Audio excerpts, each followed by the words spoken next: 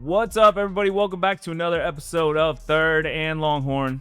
Today's a big one, boys. It is the big preview, the regular season finale, number 16 Texas against number 3 and undefeated Texas A&M.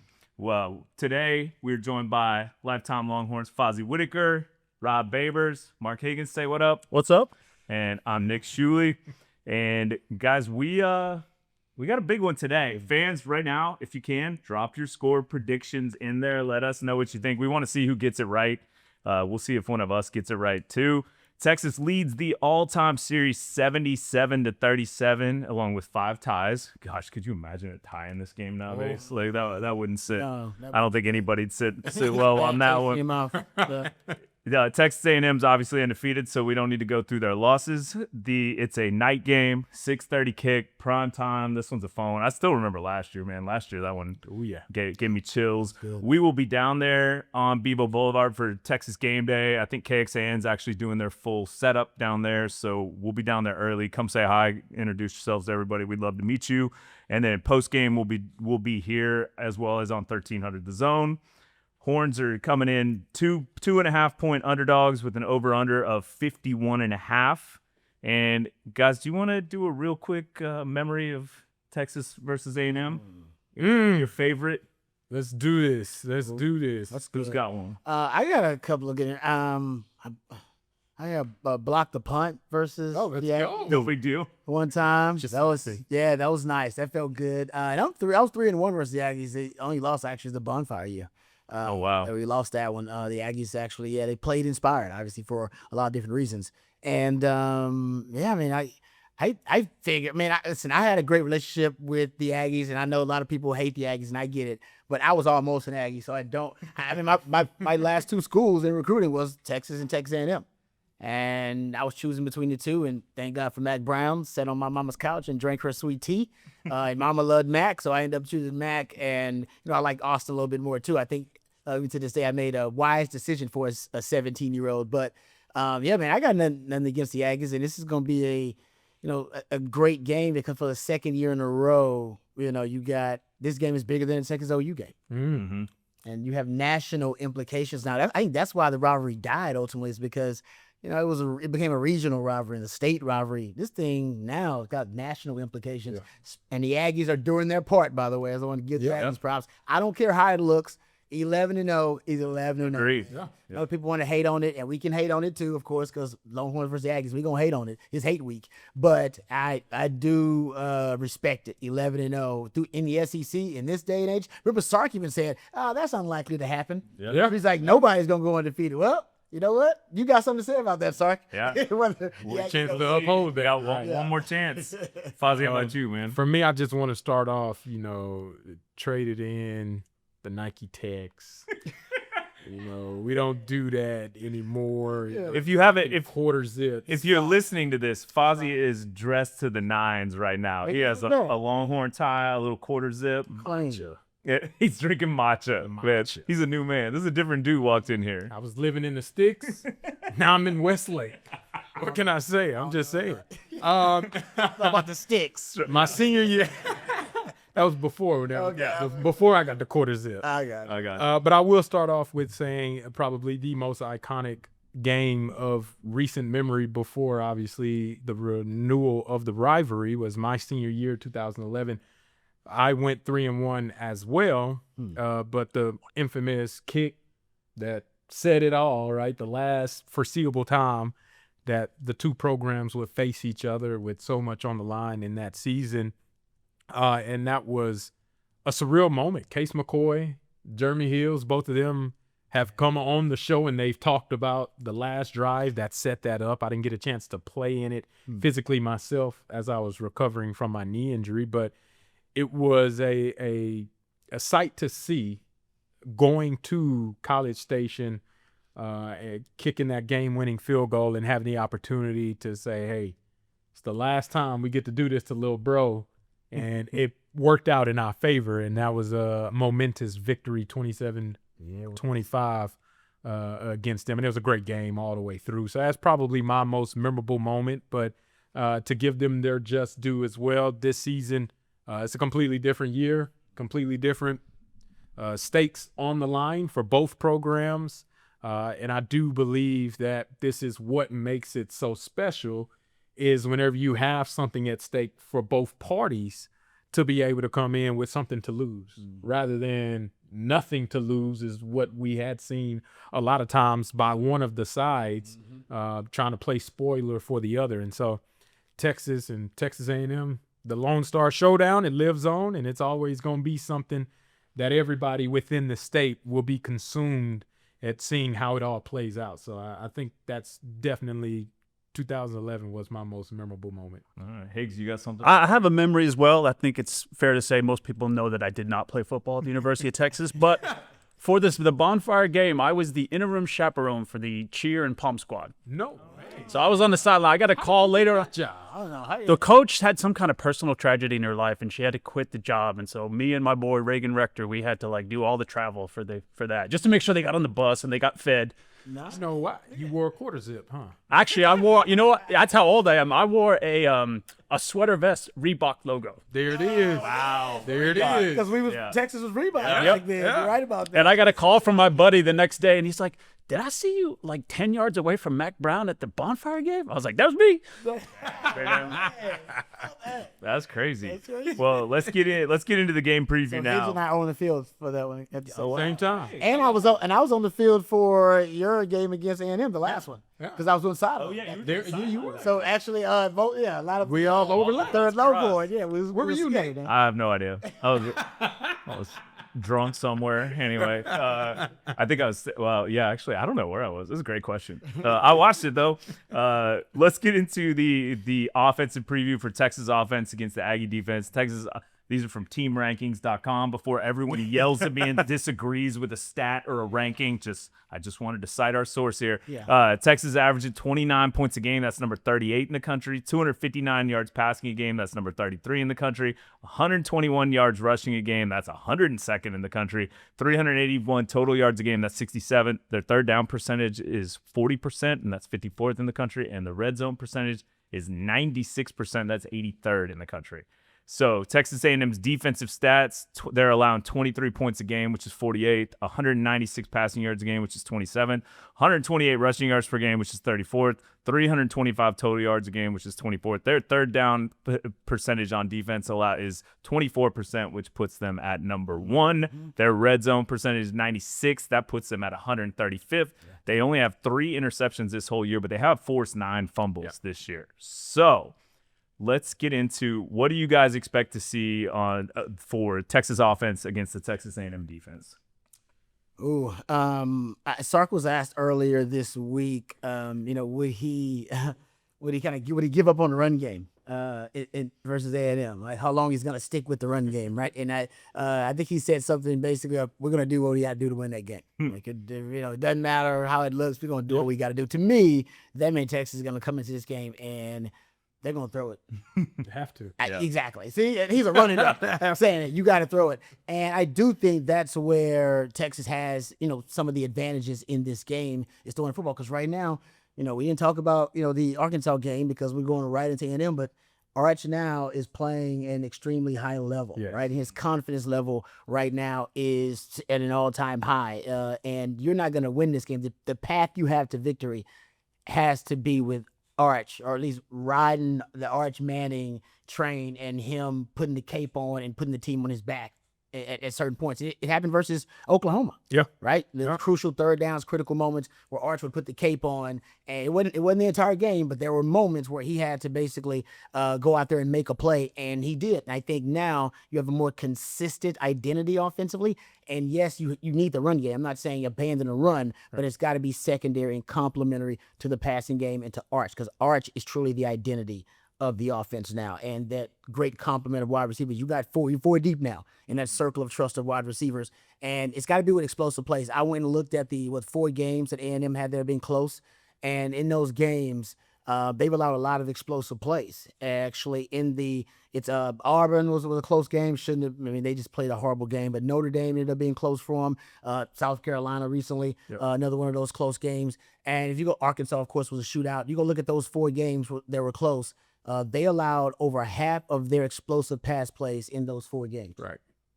So though the key is you want to keep it close. You got to generate some explosive plays because you don't want to be on third down versus this team a lot. They're the best third down defense in the country for a reason. So to me, explosive plays that in turnover margin. In those 4 games also, the Aggies never won the turnover margin. They didn't lose it in all those games because sometimes it was tied, but they never won the turnover margin. You cannot lose the turnover margin against the Aggies because if you lose the turnover margin, that also is going to flip it more in their favor, and they got enough advantages. Yeah, that's true. I'm going to start off with consistency. That's what I want to see. Now, the guy that's playing most consistent in the month of November is Arch Manning. Like what Rod just mentioned, I mean, he's averaging over 320 yards per game in the 3 games that we've had here in November, 66 completion percentage, taking care of the football. 9 total touchdowns, 8 passing, 1 rushing, which we saw last weekend, and he's only turned it over once in that Georgia game, which I don't know if y'all talked about it, but that should have been a pass interference. Oh, 100%. On the interception. Okay, just making sure. So that interception to me has an asterisk on it. I totally agree. Because it was a missed call, but he's playing his absolute best football in spite of the receivers not showing the consistency to catch the ball. And I think situationally, that's where I want to see this team kind of elevate. And really just the receiver room elevate, right? They've done great things. Don't get me wrong. Ryan Wingo, you get the ball into his hands, he's able to make anybody miss at any given time, right? DeAndre Moore, we just saw. He's been quiet all year. Boom, pop on the stage, 3 touchdowns, right? Catches 3 touchdowns. That's just what he does. Him and Mosley, we've seen him do it. And we've also seen the drops. Parker Livingston get a chance to catch and throw one as well to his roommate. Like they have what you're looking for from a 4-headed monster. But I want to see the consistency. Against a team like Texas A&M, you can't afford to have some of the miscues and the drops that we saw happen against Georgia. Yeah. If we want to take away something, I understand Texas is playing at home this time, but those drops in the first half against Georgia, especially in that one drive in particular, y'all know what I'm talking about, where there were 3 consecutive drops, and at least one of them would have resulted in a first down to at least create some momentum for that Texas offense. It worked in the opposite with those drops happen. The momentum sank, confidence started to drop a little bit. Defense was forced to be out on the football field longer than they had anticipated. And y'all know how it is, right? If you don't make the plays there to be made and it doesn't happen, part of you internally is like, dang, like we kind of needed that. When he starts, it's like, man, we needed that one. Like, come on, how we missed that? And then now the defense got to go, oh, shoot, man, they were supposed to get it. Now we got to go out there. Like, it kind of plays a psychological factor, and the team that can mature through that faster, obviously, is ones that can win games and win championships. But ultimately, we've seen Texas not be able to recover from those types of incidents. You go back to Florida. We saw drops in Florida. Texas could not recover. And I think that's where I want to see the consistency aspect take it to a whole nother level. You get the comfort of playing at home. You don't got to travel. You just played here last week. You're comfortable knowing what it is and what's at stake, what's on the line, the rivalry, everything that comes with Hate Week, the opportunity that you have to still keep yourself in the conversation for a college football playoff appearance. Like, as far as a long shot it is, it don't matter. Anytime you step on the field, you got to go represent. And I think that's what this receiving room has the opportunity to, because I think that's where the weak link of this A&M defense lies. You talk about the explosive plays, and you go back and look at South Carolina most recently. Yeah. I mean, Vendravius Jacobs, one-on-one. Lenore Sellers throws a dot, but it was because he won on the route, stacked the defender, and boom, right there, touchdown, 50-yard throw.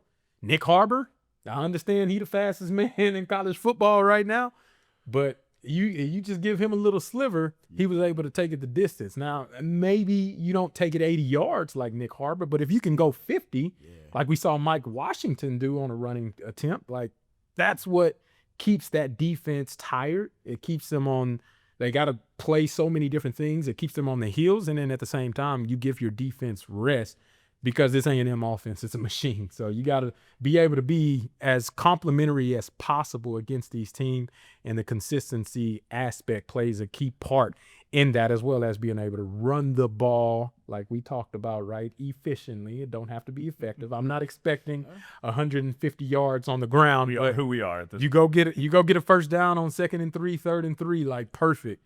That's what we're looking for. You average 3 yards, but you got 5 first downs on 3 yards. Like, shoot, that's winning football. And then go let Arch Manning be what he's been in the month of November.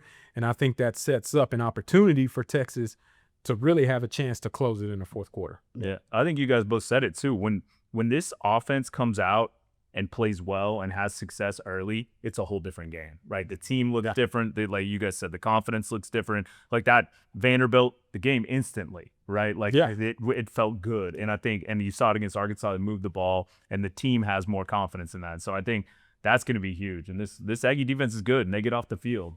Oh, so let me add one more, please. Whatever tight end is playing, whether it's injuries, whether it's Washington, whether it's Townsend, it doesn't matter. You better be chipping number 9 on your way out every time. Whatever running back is playing, you better be chipping your way through number 9 every single time. You see him, you throw that flipper, you give him something. Our tackles will need all the help they can get because I think he's the best DN in the country right now. Number 9 being Cassius Howell, who's the team leader with 11.5 sacks, 26 tackles, 1 forced fumble. He's a finalist for the Lombardi and Nagurski Trophy. Like he's the real deal. He's our version of Colin Sinnott. Yeah, 100%. That's where he's at. So make sure you know where he's at all times offensively. If you a tight end or running back, you giving Chip help. No matter what your route is, unless you free release, hell, even on a free release, you might need it too. But you make sure you give him a hit every single play. I think one of the games that obviously gives you a lot of optimism is that Oklahoma game, right? This front is ranked, I think they're right below Oklahoma in sacks and tackles for loss. Both of them are like in the top 3 or top 5 nationally. And in that game, Texas was able to, really neutralize their pass rush really well. And I think the game plan for Sark and the quick passing game was a big part of that too. And then they were able to run the ball effectively. And I think a lot of that's on Venables and his system and how they deal with the outside zone. But I think it's interesting that now, Sark kind of understands that, there are limitations in the run game. And I think you're going to get a really aggressive Sark early on in the game with the passing game. I do. I think he knows this is probably where their biggest advantage is, and I think he's going to come out slanging the rock early on. But not some of those extensions of the running game. Like take the Ringo play. Exactly. Okay, what are the odds that is he going to run the same concept? Let's talk about the odds of this. Let's talk about the genius of this, right? 5 straight. That's wild. Like every single team is expecting him to like come out with a variation, so they're like, "There's no way he's gonna do it. There's no way he's gonna do it." And then he does it, and it works. And then it works. It works. I can't believe. Yeah, Georgia should have worked more. He tripped it. If he don't trip, that if you folks out there haven't seen that angle in the Georgia game from behind Wingo, it might be to the crib. If he doesn't trip, he's possibly gone. And like both guys will be a big play. You're right. Yeah, it was. But yeah, I'm very curious to see if it. I mean, it's crazy. That's ballsy.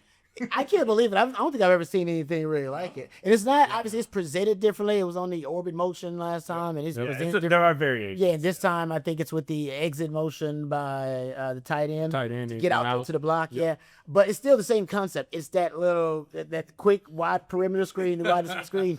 And like I said, if he does it on the first play again versus the Aggies, I am going to be equally impressed and stupefied. Yeah. That it kind of scares me. And it probably won't work though. Yeah. If they actually like prep for it and are ready for it, that's a bad way to start the game. So he's got to have a counter ready to go off of it. Maybe he's just been holding it. It's like each time he's like, I'm holding this for that. And he did actually in that game. You saw one of them. Right. Yeah, he knocked a 45-yard touchdown. The other boy, he pumps it to that side. And I think it's a screen and go on that side. See, that's what I was going to see on the first play. Is that he got pushed out of bounds? It was a screen and go. Yeah, exactly. He just like mashed out of bounds. But the safety, you could tell the safety was prepped. Like, hey, when you see motion to Wingo side and Arch turns to that side, dude, don't even just focus all your attention to that side. And he did. He just turned. He ignored the backside, and Deontay Moore went right by him, and it was an easy touchdown. So Sark is stacking that concept, but I can't wait to see if he runs it again. Yeah. That would be 5 straight weeks, right? Insane. If he does it again. Yeah, it's right. On the first play of the game. It's worked. I've never seen anything. If it ain't broke, No, I agree. No, but still, you see anything like Fuzz? You do college football games. I've never seen that. What? I've never seen the number one. You don't expect it to go straight to a receiver for Same guy. consecutive games. Same guy. That's true. Consecutive game. You just don't. You may see the concept, but to somebody different. To somebody else, right? Maybe DeAndre Moore is the guy that gets it this. You don't see it from that aspect, whether you're talking about professionally or even at the collegiate level. So I think that is a unique kind of wrinkle that Sark's been able to do. Maybe the defensive coordinators don't know that. There's no way that we find it, and they don't find it. It doesn't make any sense. But it's not. They're probably playing so cautious. Be like, they've done this the last 3 weeks. Yeah, so he's definitely setting us It's up. coming up like first lay. They're going to pump it and Which is go. the genius of it, right? We're in our heads about it. He's like, That's it. Just keep it simple, right? Yeah. Just keep it simple. It is Throw crazy. the ball, High catch the school, ball, block. maybe the high school level you'll see that because best player on the Right, best always team, get it. and then you got a couple of plays you run. I don't even know if you see it at the high school. That was like Greg Davis with Roy Williams in that bubble screen. It's just like, you know what, we're just going to run it like 5 times. Like, you can't stop it. So whatever. True. That's fair. Yeah. Other guys, there's a lot of guys to watch on the defense. Torrin York's a beast, 56 tackles. He's the team leader. He has 1 sack. And the Aggies only have 3 interceptions. We mentioned that this whole year. And it's Damian Sanford, Dalton Brooks, and Scooby Williams all have 1. It's interesting. Yeah, it's very So interesting. with all the pressure they create. Yep. All right. Yeah. Yeah, it's very interesting. All right, well, let's flip it over. Let's flip it over to the other side. Texas defense against the A&M offense. I think this Aggie offense is fun to watch. And I hate saying that, but it's fun to watch. They're averaging 37 points a game. That's number 11 in the country. 273 passing yards a game. That's number 24. 191 yards rushing a game. That's 27th. 464 total yards a game. That's number 11. Third down percentage, 41%. That's 53rd. Red zone percentage, 86%. That's 62nd. And then going up against the Texas defense, who's allowing 20 points a game, that's number 22. 243 yards passing a game, that's number 95. 92 yards rushing a game, that's number 8.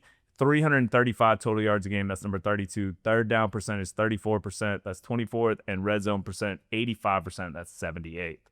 So, do you want to get into the players first and then the stats first and then cover or do you just want to go? Let's just Let's go. go. I'll Let's cover the just go. stats later. Yeah, we'll get into it. I think I'll start it off.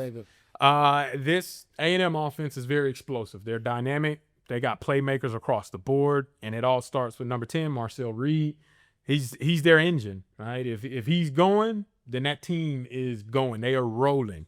If he's off, like we saw in the first half against South Carolina, that entire team struggles, and they suffer because of it. On the flip side, in the back end, all right, it's a test. I talked about where the weakness for Texas A&M's defense is. I think it's their secondary. I think Texas has shown some weak spots in their secondary as well, and it's going to be truly tested. If you don't know where number 7 is, Casey Concepcion, he might be the most dangerous guy on the football field whenever the Aggies have the ball. He's that fast. He's that electric. Almost 900 yards receiving. I believe he's at 8 touchdowns. He is their go-to playmaker whenever they need a play, whether it's intermediate, short game, long game, whatever the case may be, they want to give him the ball. So I'm curious from that aspect to see how PK wants to address this, right? Grayson Littleton's going to have a ton of work in the slot because they move Concepcion all over the place. He'll be outside. He'll be in the slot.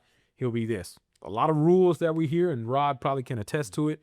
A lot of times you hear bracket the number 1 receiver, and then you go put your best player on their number 2 guy, which I'm wondering if that may be in play for this. If you put Grayson Littleton and then have your Michael Taft over the top, put Jelani McDonald, and They got so we many put receivers though. Malik Muhammad on it. Yeah, but you got to eliminate 7. Bethel Romans, that deep. You threat. got to eliminate 7. I'm telling you, I agree. 7 is the one. Yeah. You got to go make sure 3, which is Ashton Bethel Roman or Mario Craig, number 1, you got to make sure they beat you. Yeah. If you lose this game, it's because they did some miraculous things that, don't get beat on 10-yard routes and stuff. You start missing tackles.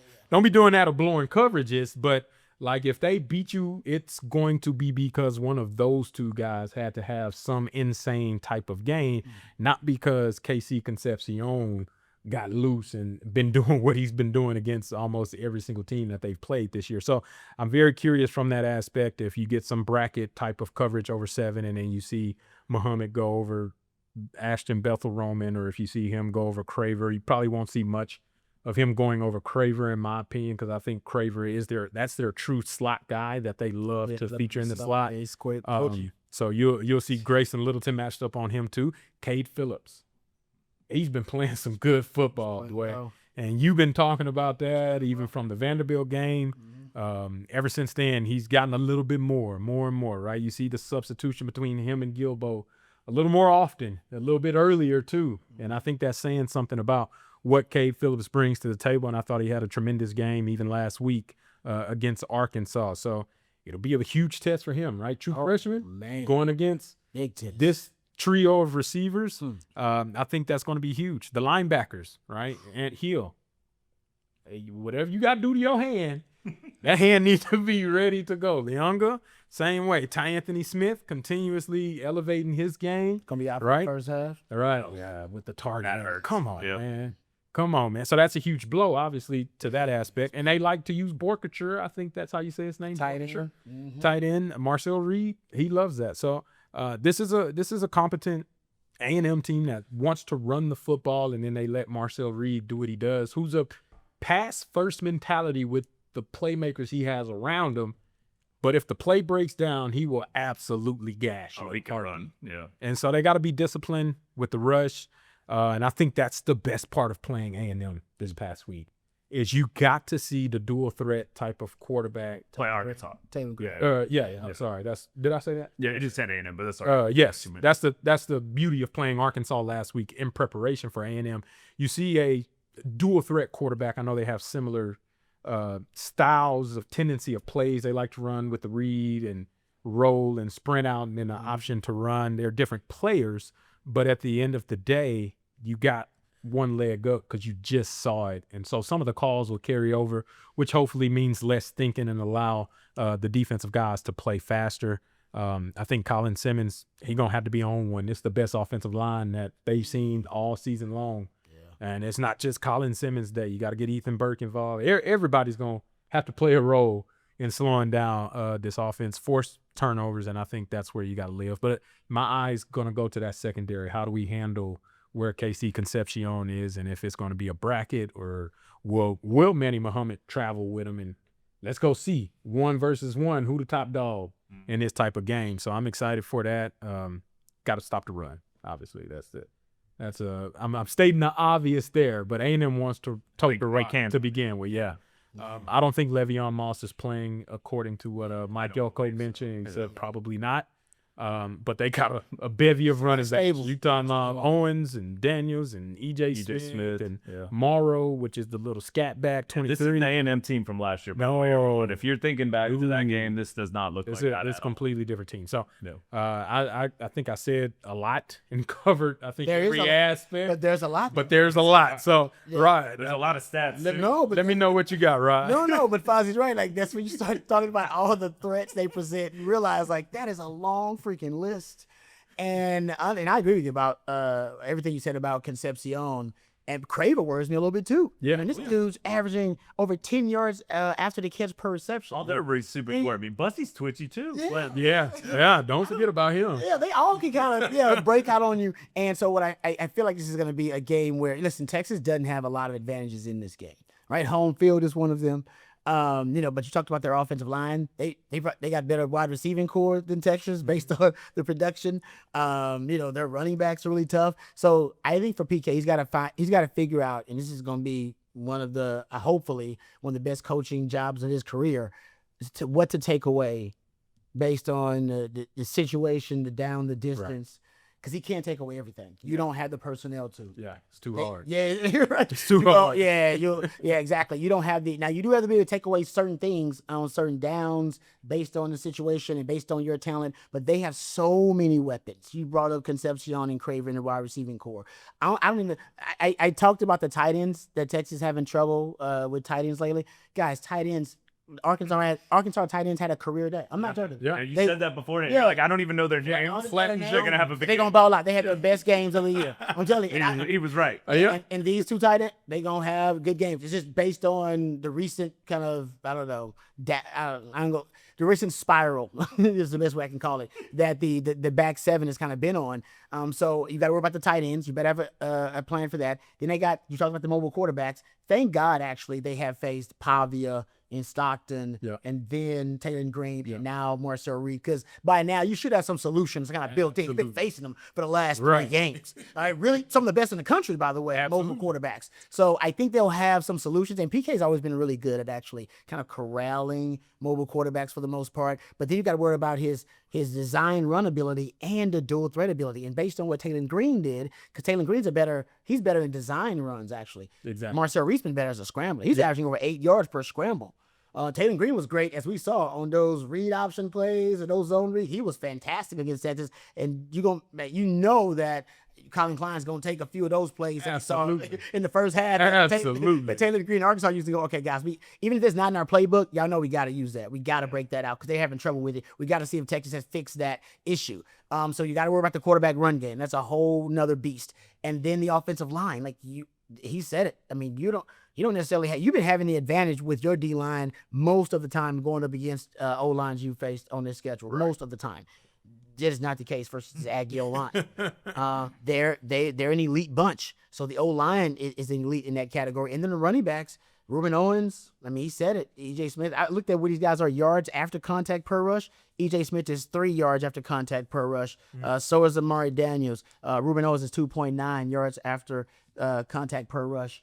These guys are getting damn near 3. The O-line's getting them. Right, already getting the 3. Yeah, he's a running back. He appreciates that. So he's right. There's so many different headaches that you have to worry about as defensive coordinator. So he's going to have to be really, really dialed in and meticulous on, all right, on this down, this distance, based on the film study and preparation. Guys, we taking this, like you said, Concepcion. Okay, I know second and medium. Oh, they Concepcion all day, every day. We're going to take that away. Marcel Reed, he likes to go to his first read a lot. All right, we're going to try to take the first read away on this predictable passing down, whatever it is. If you want to load up the box on first down, because you figure, all right, they're going to run on first, so we loading up on first down. Force them to try to throw it on first down. You could do that. They did play more man coverage last week, but I think that's because they didn't fear Arkansas receivers. The receivers, right? Yeah. But I will say, Cade Phillips, that does fit his skill set. He's a long, rangy guy. That's why they brought him in. He's a coverage specialist.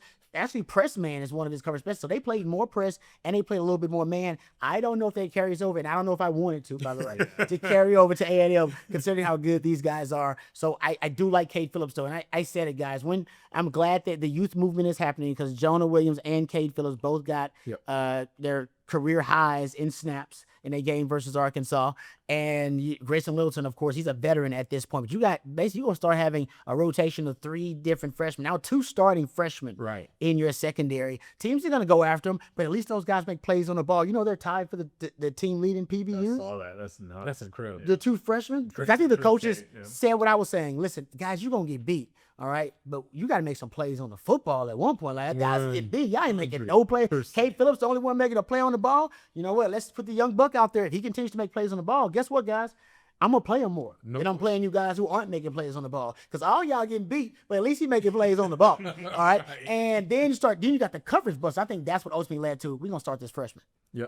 When you get coverage bust, it's like, okay, guys, now we got coverage bust with veterans. We passed that stage. Yeah, I might as well put the freshman out there, man. Yeah. My big worry concern about him is, you're going to bust the coverage because you're not, you don't have all obviously the checks and the audibles down, or you may not have the foundation that these veterans have with the experience and the continuity. But when veterans are busting coverages, all right, we're going to let these young bucks go. I think that's what the youth movement is about, and it's good for them, but don't think A&M ain't going to attack it. They're going to come 100%. Oh, yeah. Yeah. Let me add one thing too, since I got to give them their flowers to a certain degree.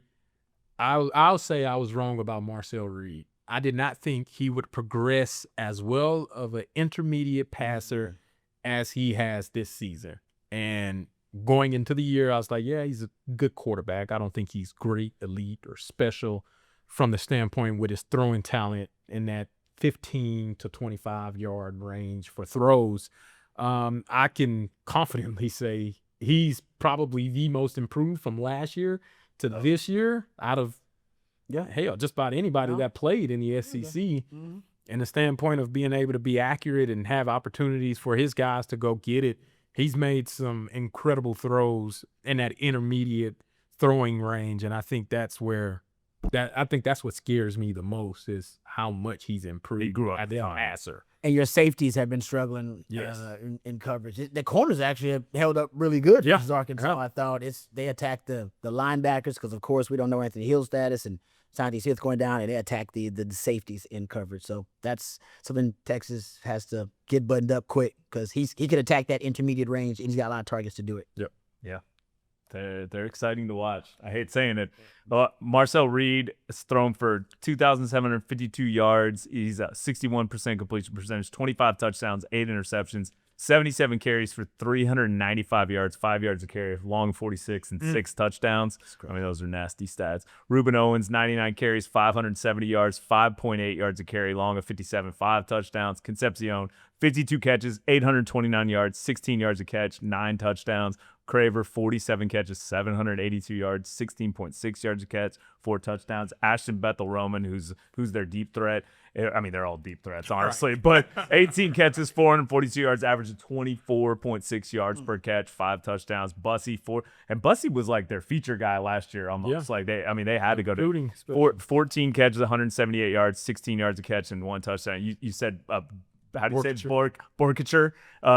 16 catches, 157 yards, 9.8 yards a catch, and 3 touchdowns. And then you guys might recognize the other tight end, Amari Nyblack, who was the Texas Longhorn last year. He has 5 catches for 69 yards, 13 yards a catch, and 3 touchdowns. Higgs, did you want to say something? No, you were talking about Anthony Hill, and right before we went on the air, Anthony Hill was named a Butkus Award finalist. Let's go. Served. And Michael Taft was named a finalist for the Warfel Foundation Award, which awards the student with their dedication to community service. So two horns getting spotlight. Higgs, before I go to the special teams, you want to give us the alumni happy hour here? Yeah, I've got one. It's actually an alumni that got away. T. Boone Pickens. He had a basketball scholarship to play at Texas A&M. He got injured and lost his scholarship. He wound up transferring to Oklahoma A&M, which became Oklahoma State. And just in his lifetime, gave $650 million to OSU. So one that got away.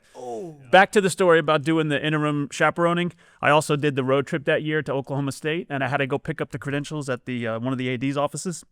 And Bill Little was in there. And Bill Little goes, "Where you going?" I said, "I'm doing the chaperone, for Oklahoma State." He goes, "Remember, they're Aggies too." So rest in peace, Bill Little, legend. Iconic Bill Little, man. Bill Little, beautiful. All right. Wow. That's awesome. That's awesome. That's funny. That's good stuff. Thanks, Higgs. All right, special teams. Randy Bond, the kicker for A&M, has struggled. This is one of the weak spots. 11 of 18 on field goals. He's 0 for 3 from 50 plus. 36 of 36 on extra points and a long of 49. Mason Shipley, 16 of 20, 40 of 40 on extra points and a long of 53.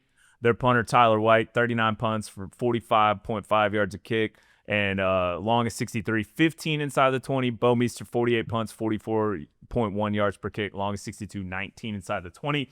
By the way, this game will feature 2 phenomenal return men between Ryan Niblett and KC Concepcion. It's going to be fun. This special. You don't have a chance to walk away from your TV or stop paying attention to this game. It's gonna be a great game. It'll be exciting, and then we're saying it's gonna be a great game, and neither one of them will return a punt. Yeah, exactly. It'll just the punter. Neither one of them probably nobody will touch touch it. Yeah, actually touch the rock. If we're being smart. Yeah, Niblett still affecting the game though. Absolutely. That Georgia punter had his worst game of his career. Yeah, he was shanking. All because they were trying to direct. And that was intentional, right? Yeah, they were trying to kind of stay away from it and stuff like that. Don't give it to him. That was like a 21-yard punt in Arkansas. They will concede yardage Yeah. to make sure he don't touch it because of the result. Exactly. And it's a smart thing to do. Yeah, To me, it's the same way with KC Concepcion. Do not let him beat you on a punt return. Do not give them that opportunity. I totally agree. He's the real deal. Bo Meester's gonna have to have a big game too. And the Gunners, whoever the Gunners have big games, He's gonna have to be that's locked in. Yep. All right. Well, I think it's time for predictions, fellas. Oh. Are we ready to do this? All right. We got to do this week? Oh yeah. I know. Let's start. Fozzy, you're first. Win loss here like pass. Let's go, Fozzy. What do you got? All right. Well, I discussed this whenever we had our show at ACL. which was I don't see it at the moment. I know I'm the Debbie Downer, but I truly believe this is the best Texas A&M team I've ever seen with my own eyes. And I mean, I'd been watching them play whenever they won the Big 12, whatever that was, 25 years 1998. ago. Right. Mm-hmm. I didn't see them then, but I understand now what this team is all about, being undefeated through this point, and the playmakers that they have. I think it's just too tough for Texas to overcome. I got Texas A&M, I think, wins this game 26-23. All right. Rod? Yeah, I mean, I don't know. I just can't see Aggies going undefeated. He's right. They are everything you said.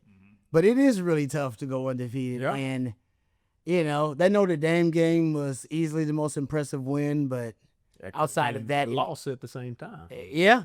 But outside of the SEC, they haven't played much in the SEC. They've got a lot of good. They're a good team, but it's also true that they're not as battle tested as even Texas is. Yep. Yeah. Texas is the more battle tested team going into this game. Totally agree. And honestly, the Aggies have almost every damn advantage that I can look at. You just check it out, the advantages. I think Texas has the advantage.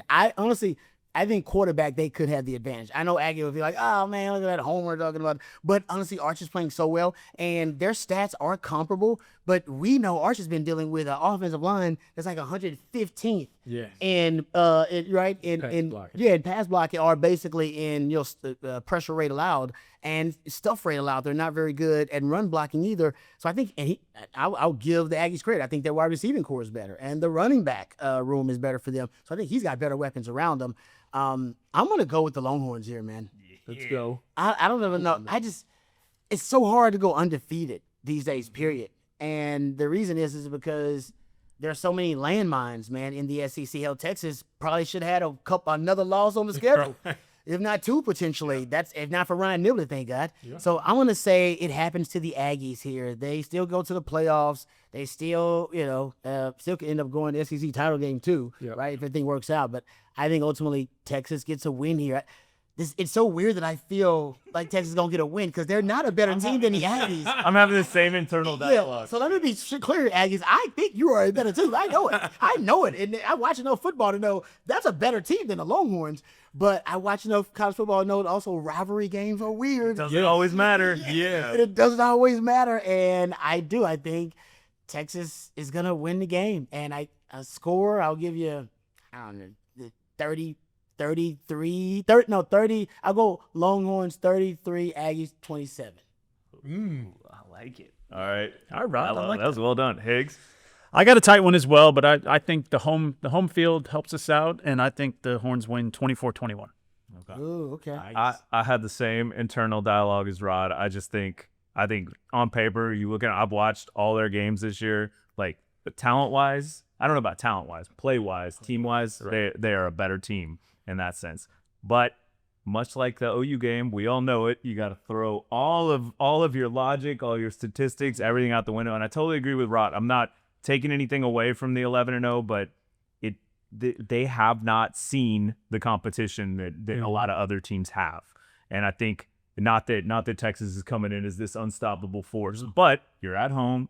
It's a rivalry game. It's really hard to run the table. And I think let's go. I was tempted to go 27-25, but I'm going 28-27 Texas. Ooh, so I think 1 point victory. I'm going 1 point victory, but we'll see what happens. Anything else before we get out of here? Yeah, let me add, both of these teams are so undisciplined.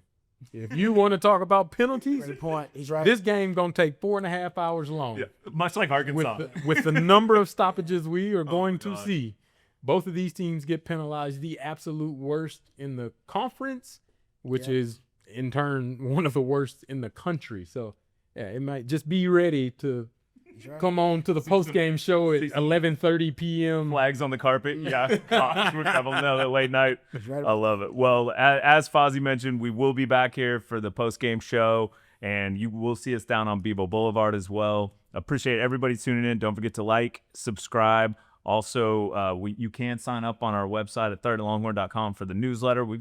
We will be having a restock of Yetis very soon. Everyone's asking for the Christmas season or holiday season. We will have more Yetis up there, so stay tuned for that. And also, if you haven't, a lot of us have been involved in this Texas A&O show that launched on Longhorn Network. It's a fun little show where we do everything but talk about sports really with the athletes. It's more about who they are, getting to know them, a bunch of different athletes. It's been fun. So tune into that. You can catch that on the Longhorn Network. We appreciate everybody, and we'll see y'all after the game. Hook 'em. Hook 'em. Make sure you wear your quarter zips this weekend. Orange.